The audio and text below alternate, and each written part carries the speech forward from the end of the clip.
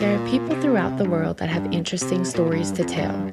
Stories of heroism, acts of kindness, near-death experiences, successes, and failures. You usually hear of these stories from people that live in another state or country. But what about the stories from within your own community? Everyone has a story to tell. And by everyone, we mean your neighbor, your coworker, the person behind you at church, people you interact with on a daily basis, or maybe even you.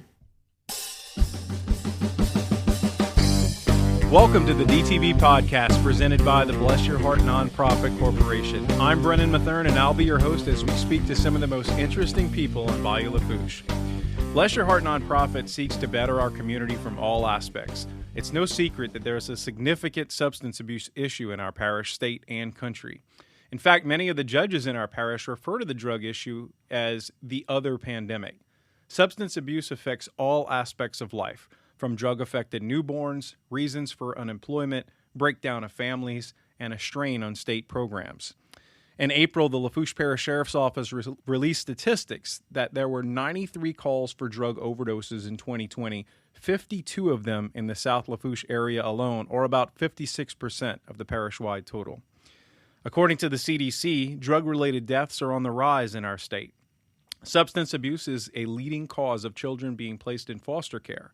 Currently, there are 123 children in foster care in Lafourche Parish. 94% of the children in foster care were taken from their families due to substance abuse-related issues.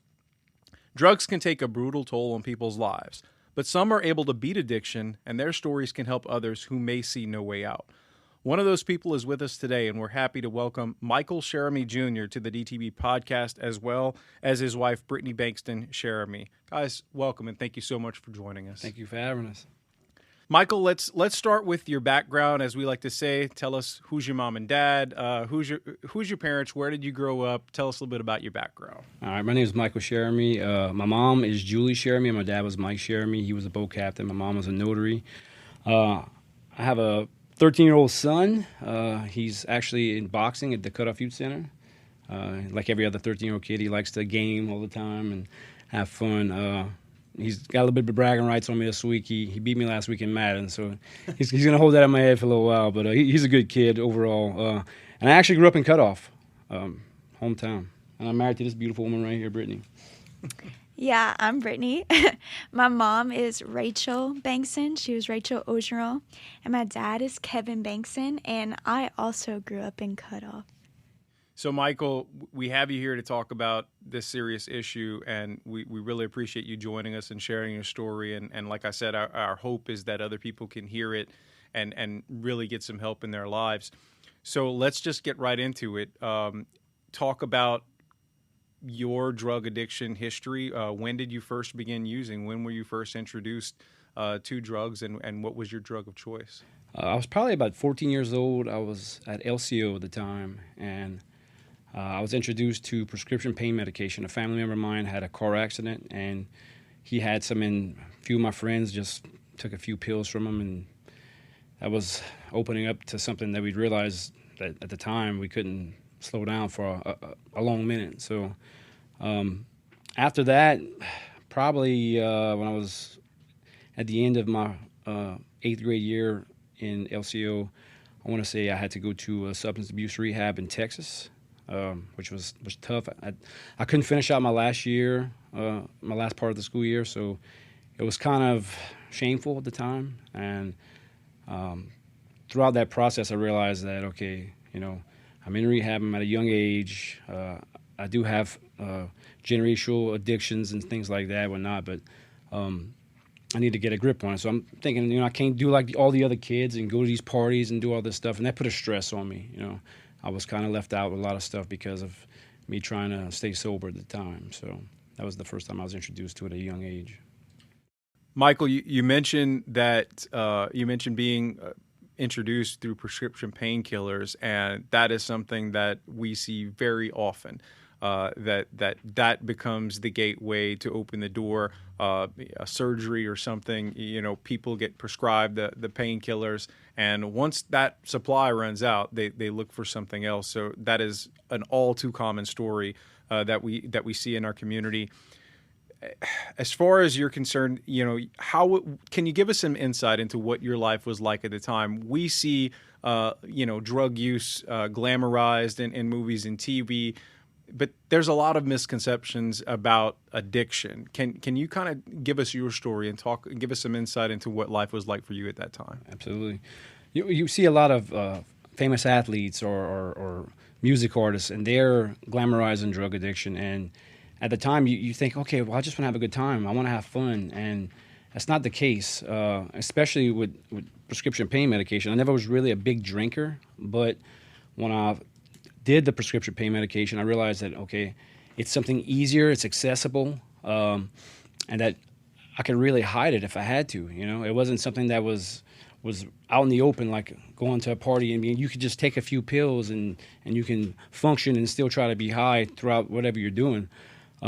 My story really started whenever I got in a car accident when I was probably about 19, and I was prescribed pain medication, and that really changed my whole life, honestly. I realized at the time that I kept abusing drugs because at a young age my parents split, and emotionally I couldn't cope with that. So that was my way out. That was my end right there. So over time I kept using it, and I realized if I'd have a bad day, then I just abused more. Or if I had an argument or I got offended, that was my coping mechanism.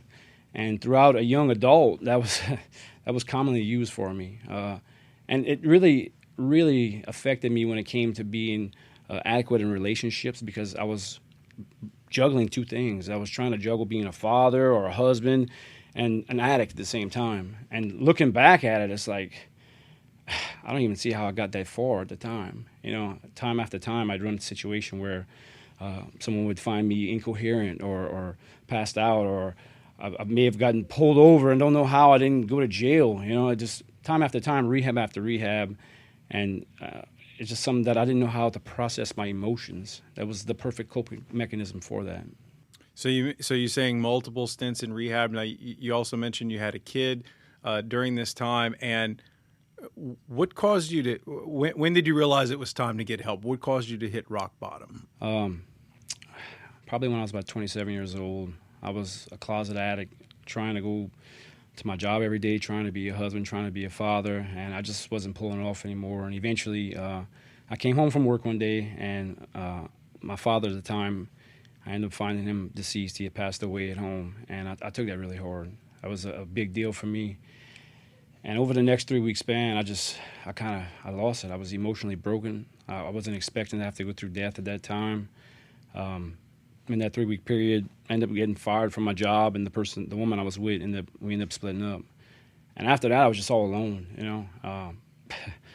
I was placed into a rehab later on, and I did the program, and it was a success. And then eventually, I got out, and I was going home, and I want to say I was at La Rose by the time I was relapsed.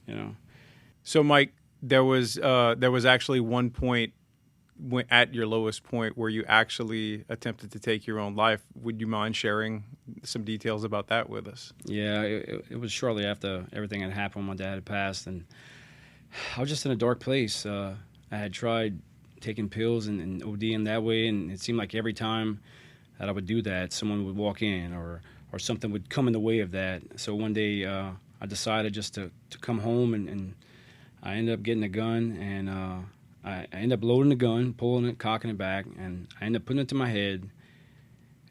I never forget, I was just crying my eyes out, and I pulled the trigger, and the gun actually jammed. And when it jammed, my heart just dropped in my stomach. I ended up pointing it downwards and ended up shooting my dresser at the time, and I was like, wow, this is insane. What's going on here?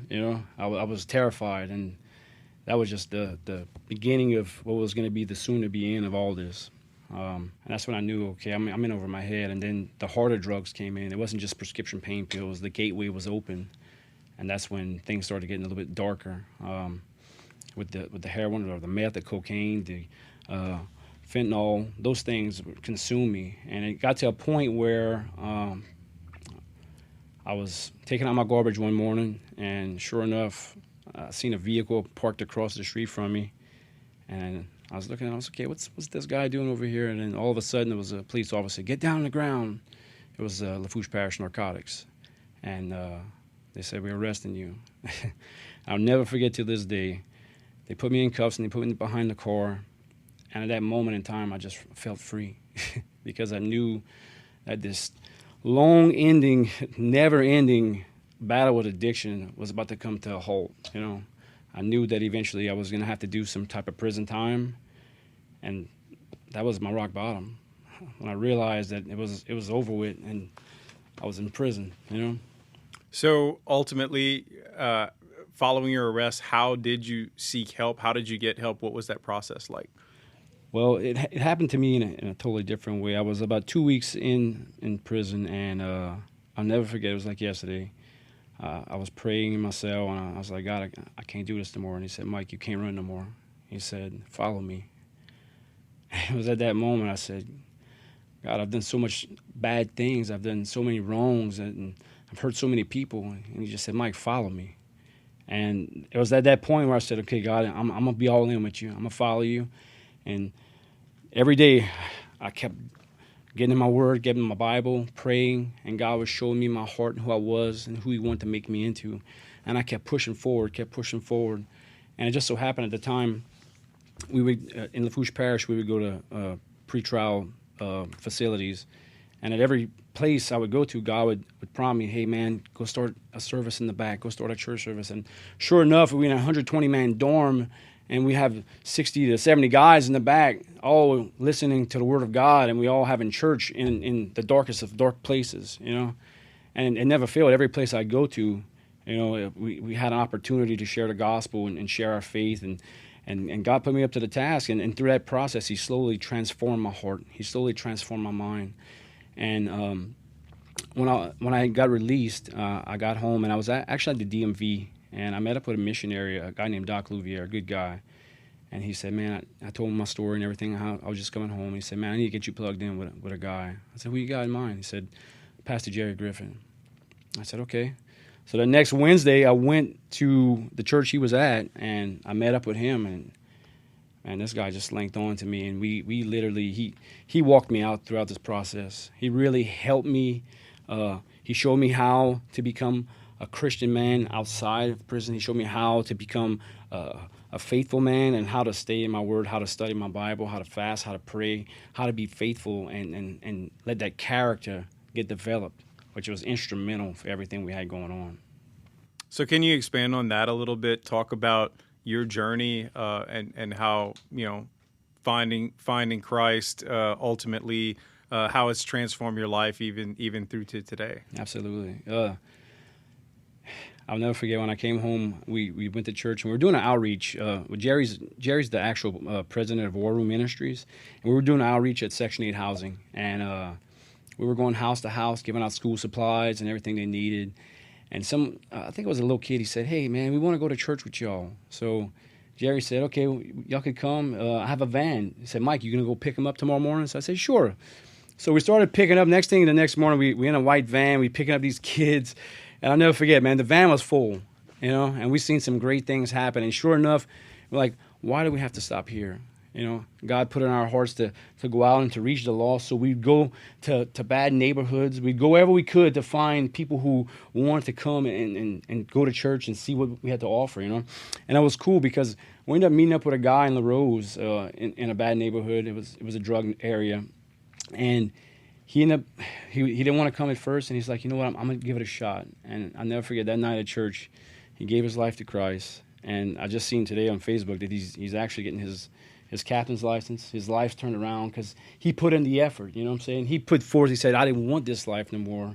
I'm going to go ahead and buy into what y'all telling us about Jesus, and which was really cool. It's good to see.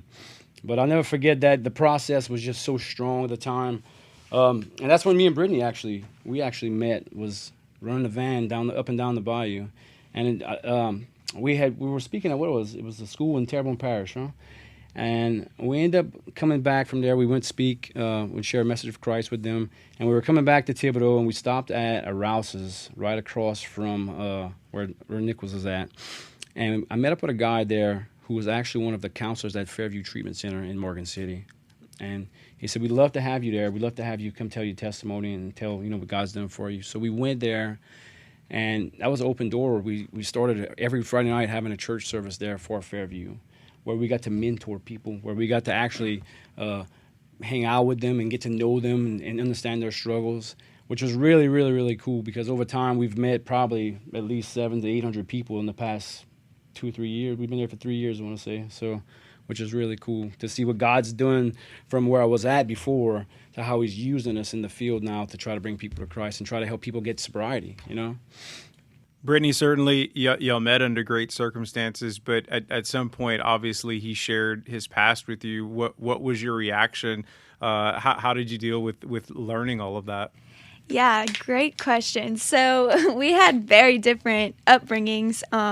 So I'm coming from more of a background. I was born into church, and so I never faced any of those hardships or was even exposed to it, honestly. I had no idea what life was like as an addict. And so Mike just walked into our church one Wednesday night fresh out of prison and came introduce himself to me and my parents. And one of the first things he told my father was that he had just gotten out of jail for drugs.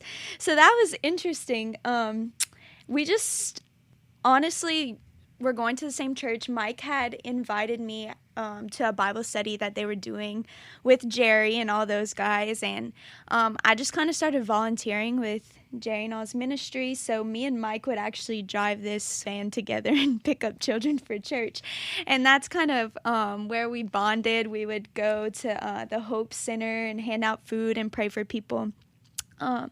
And one day we were just hanging out, and Mike just opened up to me, wanted to share his testimony with me, and it touched me, honestly, because growing up in church and not being exposed to that, actually hearing Christ transform someone's life in that way hit me like, whoa, like God can really transform someone's heart and change their mind, and no one's too far gone. Mike didn't go into a whole lot of detail about some of his stories, but that was just amazing to me to see what he had come from and where he is now. And it was cool to see God restoring his life step by step. What he didn't mention, that Fairview treatment center that we go do services at every Friday, Mike at one point was a patient there. So to see God now have him in a place where he can speak life into these people and give them hope because he was once there and he understood, like, for me, that was an experience of like, wow, like I knew God was real, but man, God's real, because like this guy right here is a walking miracle. So it really like opened up my eyes to a lot, and in a way made my faith grow stronger. So tell us a little bit about your life together now. It sounded like y'all had a great start to things, and it's blossomed from there. Tell us about some of the things that you guys do now as a married couple together. Well, we do a lot of street ministry. That's one of where our heart's at for a lot of things. We're connected with Section 8 housing in the parish, where we can go out there and give supplies, share the word with them. We like to go and just make relationships, honestly. We like to go and get to know them and then bring them bread and see what their needs are, you know? I mean, there's a lot of hurting people in this area. There's a lot of hurting people in this state who just need a little bit of love, you know? So that's one of the things we do. I think another thing, too, is we do I do a lot of mentorship with recovering addicts. We have a few guys that we do a men's group every week, and we spend a lot of time together, just trying to give back and pour into those guys, because I see myself in a lot of those situations where they were at or where they are now, and it's just so much encouragement because you could see the transformation in these guys. There's nothing more fulfilling than watching a man say, hey, you know what, I don't want to live this life anymore. I'm ready to turn. And then when he turns, making the choice every day to grow in who he's supposed to become and who he's always supposed to be. Yeah, it would be really hard for us to see what God's done in Mike's life and not want to share that with other people. We know that he can change lives. So I think we look for opportunities to help people have that too. There's power in his story. And, it's not just for addicts. People are struggling with a lot of different things, different addictions, depression, anxiety. Something that I'm really involved in is a campus ministry called Chi Alpha at Nichols. So currently this year I'm going to be a campus missionary, and basically kind of doing the same thing that Mike's doing with the guys who are recovering from drug addiction. I'll just be helping college students walk through, hey, this is what it looks like to have a relationship with God. This is how you can go overcome these mental health issues you might be struggling with, or any issue you might have. And we're kind of just looking for opportunities to reach out to people and show them, hey, like, God can restore your life. We've seen it. We know it's true. This is how you do it. All right. So, Michael and Brittany, if we could, let's talk about your future together, and what do you see on the horizon for you two? Yeah, we both have a heart in ministry, that's for sure. We definitely love evangelism. We love sharing the message. We honestly, missions wouldn't be a bad idea. We talked about that a few times, but right now we're focusing on kind of what we're doing with the mentorship and the discipleship with our the guys and girls that we were involved with. Brittany's actually applying for dental school right now. You want to jump in on that? Yeah, I just recently applied for dental school, so just kind of waiting to hear back about that. So that could possibly be in our future. Honestly, we're open to whatever God has for us next, whether that's me going to dental school and us making a move to New Orleans, or if that's staying in ministry for a few more years. We've been talking about having a kid, so that's probably next, a big, major thing. So for our listeners out there who may be suffering, maybe you have someone that is suffering with a closet addiction like you started with, and for family members out there who may know of a family member who's struggling with drugs or alcohol for that matter, what can you offer any advice to those individuals or their family members? My advice to the family members of an addict would be just be patient, keep praying for them. Don't lose hope, because there's a possibility, there's a good chance that they're going to hit their rock bottom at some point and their life's going to change, and you not giving up on them is then going to be them not giving up on themselves. A lot of times we like to label drug addicts, and we like to look at them like they're some type of mess that we don't need to be dealing with. But the big concern is that drug addiction is not because you want to be a drug addict. Drug addiction is from some type of emotional stress or emotional trauma, or something that you went through that you're not coping with. My message to the addict would be simple. It would be, keep on trying. Don't stop. There's breakthrough around the corner. You just got to keep trying. And there's so many programs and so many systems. You just got to keep your faith. You got to keep rolling with it, because you know what? Your story's not finished being wrote. God has a huge plan for your life, and there's no ifs, ands, or buts about it that God can't use you to bring someone else to sobriety or to Christ because of what you've been through.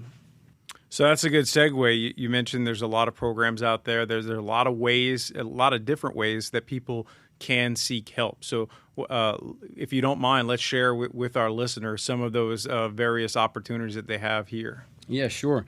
I know there's a Women's Restorative Center in Thibodaux. That's a good one. It's a women's faith-based place.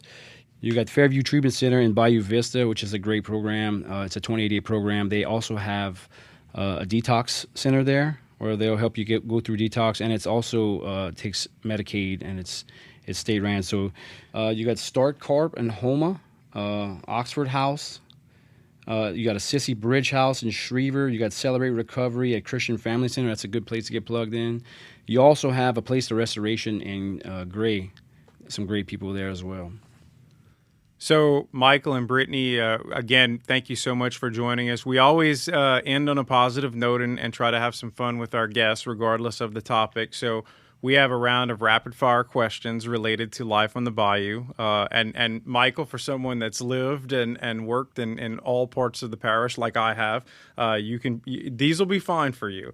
You can give us a one-word answer, and both of you can participate. You can give us a one-word answer, or you can expand on your answer if you feel the need to explain. So it's entirely up to you. Y'all ready? Yep. Okay. All right. So we'll start with Michael and then go to Brittany for each one. What's your go-to order at a down the bayou restaurant? Anything with shrimp at Cheramie's restaurant. Corn and crab bisque. Two very good choices. All right, potato salad in the gumbo or on the side? Ooh, that's a tough one. I feel like I'm both. Both? Yeah, yep. This is controversial. We know. That's why we ask the questions. Mine is no potato salad. Oh, we've only had a couple of those so far. Jambalaya, red or brown jambalaya? I'm different. Red all the way. Brown. What's your favorite Cajun French word or phrase and its meaning? Probably would be qui c'est ça, which means what's that? Right. So I don't know if this would be Cajun, but when I went to college in New Orleans and I was trying to get out of the car with my friends, I would say, do y'all want to get down at the store with me?